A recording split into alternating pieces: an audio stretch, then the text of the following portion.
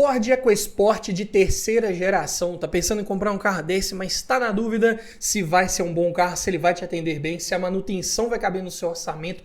Vem comigo então que nesse vídeo eu vou fazer um levantamento completo de todos os custos envolvendo a compra e a manutenção de um carro desse. Vamos falar aqui de documentação, seguro, cesta de peças completa, lista de equipamentos, parte mecânica, consumo, pontos positivos e negativos, tudo em detalhes. Então se já gostou do tema, não esquece de deixar aquele like no começo do vídeo para fortalecer o canal. Se inscreva se ainda não for inscrito. Eu sou o Paulo Silva e esse é o Bate-Papo Automotivo.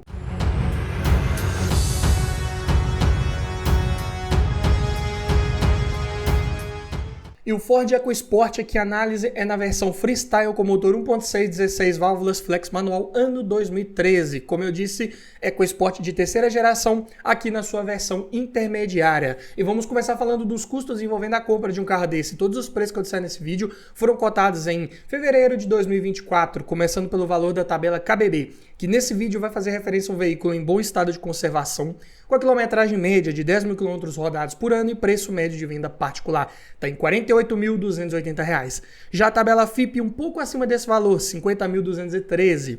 E uma vez adquirindo um carro desse, você vai precisar fazer a transferência de propriedade dele para o seu nome. E a taxa de transferência esse ano está em R$ 258,71, valor atualizado recentemente. Já as placas Mercosul, se não tiver instaladas nesse carro, você também vai precisar colocar aí, em média aqui na minha região, é cobrado em torno de R$ 300. Então, já no ato da compra, considerando o valor da tabela FIPE, né, que é o maior valor, na pior das hipóteses, você vai desembolsar R$ 50.771,71 para já ter um carro desse na sua garagem com toda a parte burocrática resolvida e esse veículo já no seu nome. Mas vamos falar agora de documentação, começando pelo IPVA, que aqui em Minas é recolhido uma alíquota de 4% sobre o valor aproximado da tabela FIPE. Então, para um carro desse vai ficar em R$ 2.008,52. Já a taxa de licenciamento, valor atualizado de 2024, é de R$ 39,36 para Minas Gerais. Seguro, que também é bem interessante você pensar em fazer para um carro desse. Aqui para veículos com até 10 anos de fabricação ou um pouco mais, dependendo da geração em que ele se encontra, eu costumo cotar uma taxa de 5% sobre o valor da tabela FIPE. Então, para um carro desse fica em R$ 2.510,65.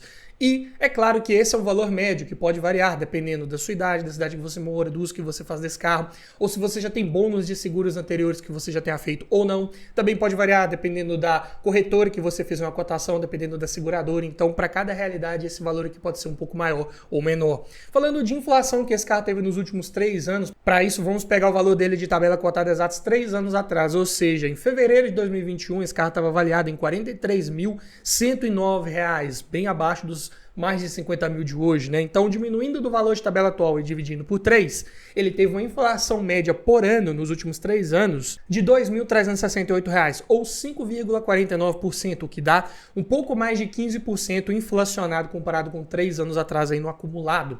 Então, é um carro que hoje ainda está mais caro, pode ser que demore a voltar naquele preço de 3 anos atrás, então não dá para utilizarmos esse valor de inflação para calcularmos, por exemplo, uma possível depreciação futura que esse veículo possa sofrer e tentarmos estimar aqui o quanto isso vai impactar quando você for revender esse veículo. Então vamos somar só o que de fato vai sair do seu bolso todo ano para você manter um carro desse, que é IPVA, licenciamento e um seguro.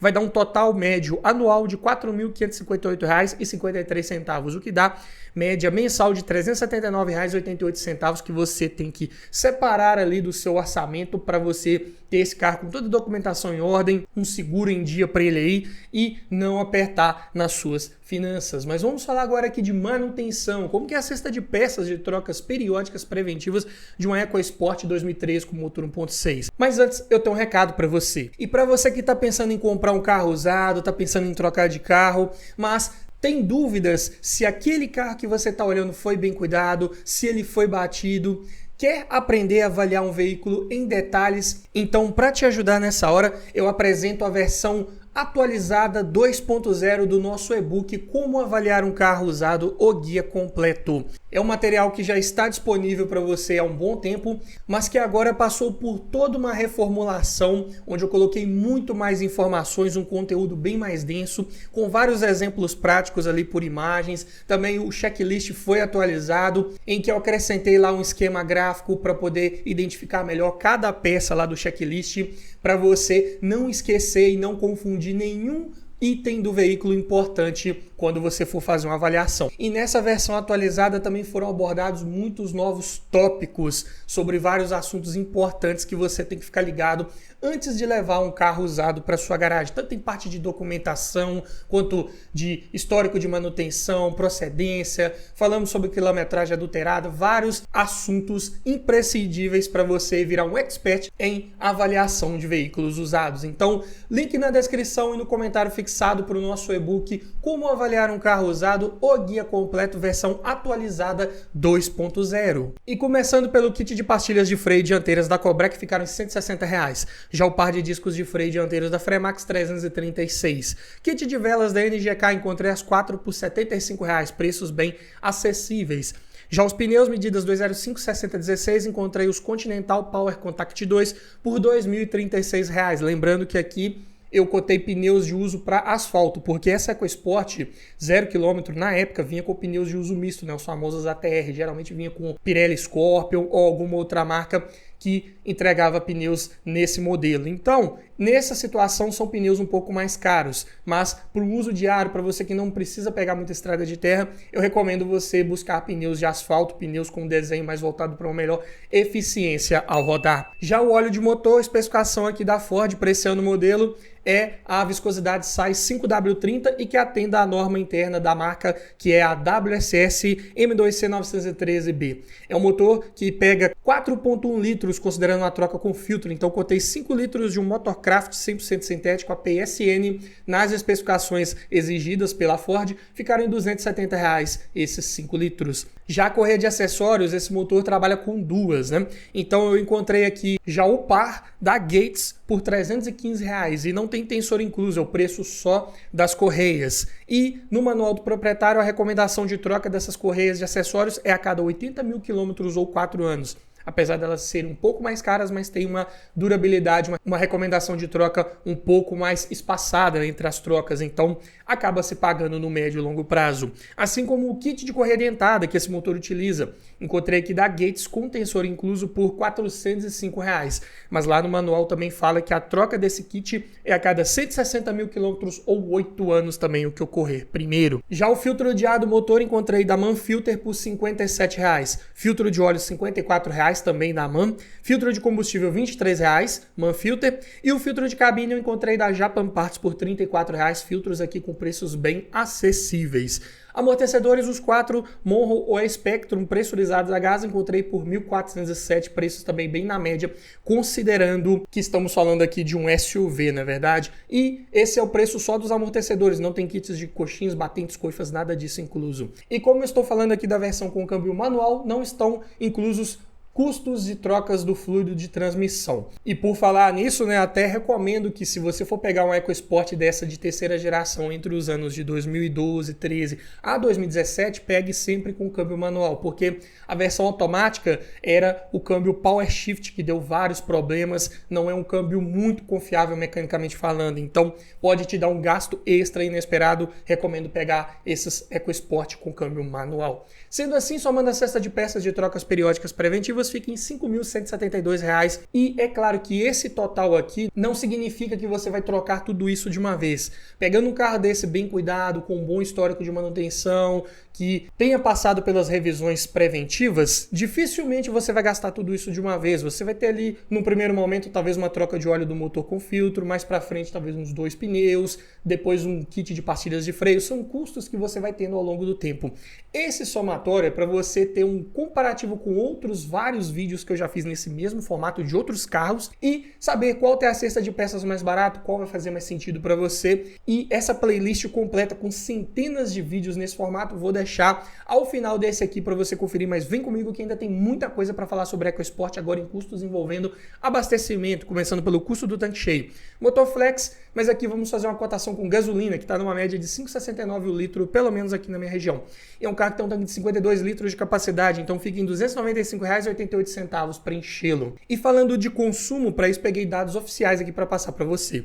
Na cidade é um carro que faz 7 km por litro com etanol e 10,2 com gasolina. Estrada 8,2 no etanol e 11,8 na gasolina. Parece ser um consumo elevado, principalmente na estrada, mas, repetindo, esse consumo foi obtido na época que esse carro era novo. E com aquele aqueles pneus de uso misto que eu falei que jogam bastante contra na questão do rolar ali no asfalto, né, na resistência ao rolamento, então acabou prejudicando bastante o teste de consumo desse veículo. Se você utilizar os pneus de desenho mais voltado para asfalto, com a menor resistência ao rolamento, você vai observar médias bem melhores do que essas oficiais aí, com certeza. E é claro que os dados de autonomia também vão estar atrelados a esses testes de época, né? Então, dentro de cidade, com tanque cheio de etanol, esse carro tem capacidade para rodar 364 km. Com gasolina, sobe para 530. Na estrada, com etanol, 426 km. Com gasolina, 614. Podendo, claro, aumentar esses números dependendo da sua forma de guiar também, do trajeto, do trânsito que você pegar e do tipo de pneus que você estiver utilizando. Mas falando agora aqui de equipamentos dessa versão Freestyle, né? Que é uma intermediária nesse ano modelo aí da EcoSport de série, já vinha equipado com direção elétrica, com ajuste de altura e profundidade, vidro elétrico nas 4 portas, travas e retrovisores elétricos, alarme, rodas de liga leve, ar-condicionado com saída para o porta-luvas, computador de bordo, duplo airbag frontal, freios ABS, cinto de 3 pontos de apoio de cabeça para todos os ocupantes, controle de tração e estabilidade, faróis dianteiros de neblina, mais luz traseira de neblina, além de ISOFIX, assistente de partida em rampa e sensor de estacionamento traseiro. E ainda tinha os opcionais de bancos de couro, duplo airbag lateral e duplo airbag de cortina. Então um carro muito bem equipado aí já de série, podendo vir com alguns outros itens bem interessantes como opcionais. E na parte de som também vinha equipado de série com CD player, com conexões USB, Bluetooth e volante multifuncional também para um carro 2013, tá muito ok. Inclusive, o sensor de estacionamento, ele tem um display gráfico que reproduz ali nesse sistema de som, que ainda é uma telinha monocromática, mas mostra ali todo um display gráfico para você visualizar quando está se aproximando de um obstáculo, né? Trabalha em conjunto com o sensor de estacionamento. Então, bem interessante esse sistema aí da Ford. Falando de conjunto mecânico, que é um ponto de dúvida de muita gente que está querendo pegar um carro desse, aqui ele é equipado com o motor da linha Sigma, bem moderno para a época, de comando de válvulas duplo no cabeçote acionado por correia dentada de longa duração, como já vimos, né? A potência aqui é de 110 cavalos na gasolina, 115 no etanol a 6.000 RPM, com um torque de 15,7 kg/m na gasolina e 15,9 no etanol a 4.750 RPM. Para um carro de 1.243 kg, é um peso ok se tratando de um SUV compacto, a relação de peso-potência fica em 10,8 kg por cavalo e o 0 a 100 é executado em 12,4 segundos. Números aceitáveis, razoáveis para a proposta dessa categoria. O câmbio manual de 5 marchas IB5 é de excelentes engates, justos, precisos, alavanca curtinha, bem prazeroso de utilizar no dia a dia. Suspensão simples, McPherson na dianteira, eixo de torção na traseira, configuração mais voltada para uma menor complexidade mecânica, então mais fácil, mais barato um pouco de você dar a manutenção necessária, assim como sistema de freios a disco ventilado na dianteira e tambor na traseira, bem dimensionados para o peso, para o porte desse veículo. Direção de assistência elétrica, varia a assistência de acordo com a velocidade, para você ter uma direção mais pesadinha, passando mais segurança, ou quando você estiver manobrando esse veículo em baixa velocidade, fazendo uma baliza, vai ser bem leve e te dar mais conforto. Porta-malas, entretanto, é bem pequeno, 362 litros de capacidade. Dá para você levar bagagens ali de 3, 4 pessoas no máximo. Mas conta com o banco traseiro rebatível bipartido, caso você possa e queira aumentar essa capacidade de carga, dá para levar muito mais coisas. Mas como pontos positivos principais de você adquirir uma EcoSport dessa, tem a sua robustez, confiabilidade mecânica, sim, motores da linha Sigma, se você pegar um bem cuidado com as manutenções em dia, dificilmente vai te dar maiores problemas, é um motor sem maiores relatos de problemas, defeitos crônicos, com preços de peças, na média, não é aquele motor barato de manter, tem alguns concorrentes com preços de peças mais baratos, mas ainda assim nada de muito exagerado, vimos isso, por exemplo, em preços de velas, preços de correia de acessórios, correia dentada, que quando você troca, talvez é um pouco mais caro, mas elas duram mais também. Então, se pagam no médio e longo prazo, assim como falamos de outros componentes, né, como filtros, amortecedores, então tudo até relativamente acessível. É um motor que pode ser sim até bem econômico, se você souber levar, com uma boa lista de equipamentos, focado bem em itens de segurança, carro de posição mais altinha de guiar, né, um pré-requisito mínimo de um SUV, para quem gosta da pegada pode ser bom. Suspensão, ela é bem calibrada entre estabilidade e conforto conforto ao rodar, não é aquele SUV que passa sustos em curvas de alta velocidade. É uma carroceria que tem uma boa rigidez torcional, é um carro até bem seguro em curvas de alta velocidade. Claro, com pneus bem largos também, medidas 205, passam essa segurança. Inclusive, foi um carro até bem avaliado pelo Lat NCAP de sua época, né, nos protocolos da época. Então, é um carro bem interessante de você pensar na faixa dos 50 mil para quem busca um SUV. Mas tem alguns pontos de atenção que valem ser mencionados aqui, né? O desempenho, ele é apenas ok. Esse motor Sigma aqui do EcoSport não tinha variador de fase, como vinha nos Fiesta e nos Focus. Então aqui é um carro que vai demorar um pouco mais para retomar velocidade, para ganhar velocidade, mas em giros mais altos é um motor que ainda se sai bem.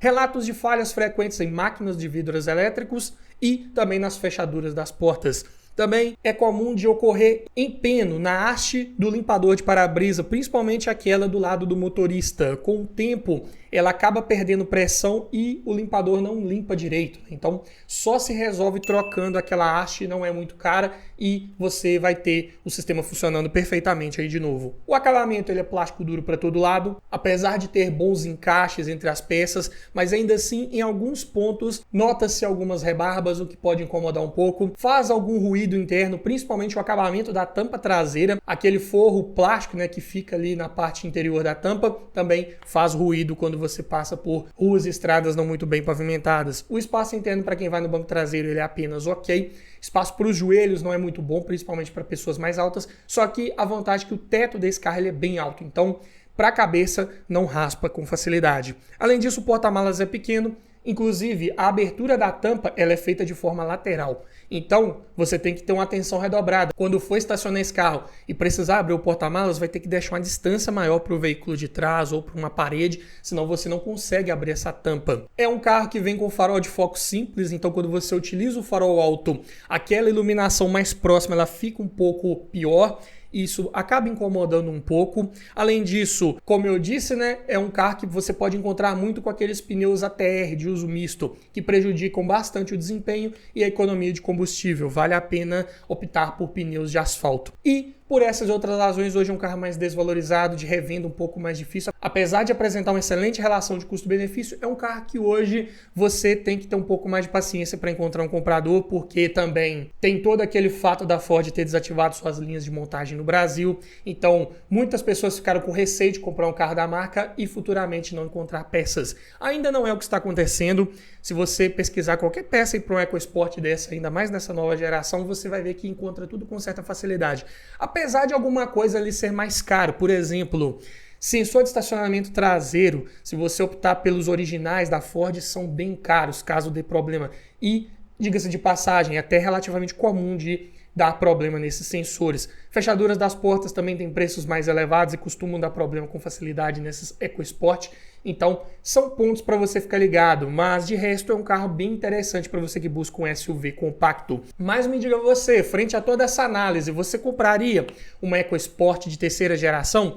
Deixa aqui nos comentários, quero ouvir a sua opinião. E para você que quer conhecer esse carro ainda mais em detalhes, eu vou deixar aqui uma avaliação que eu fiz de um veículo nessa mesma configuração, onde eu mostro toda a parte interna e externa, levei esse carro para dar uma volta, passei todas as minhas impressões ao volante para te ajudar a tomar sua melhor decisão de compra. No mais é isso, obrigado por assistir, aquele abraço e até o próximo vídeo.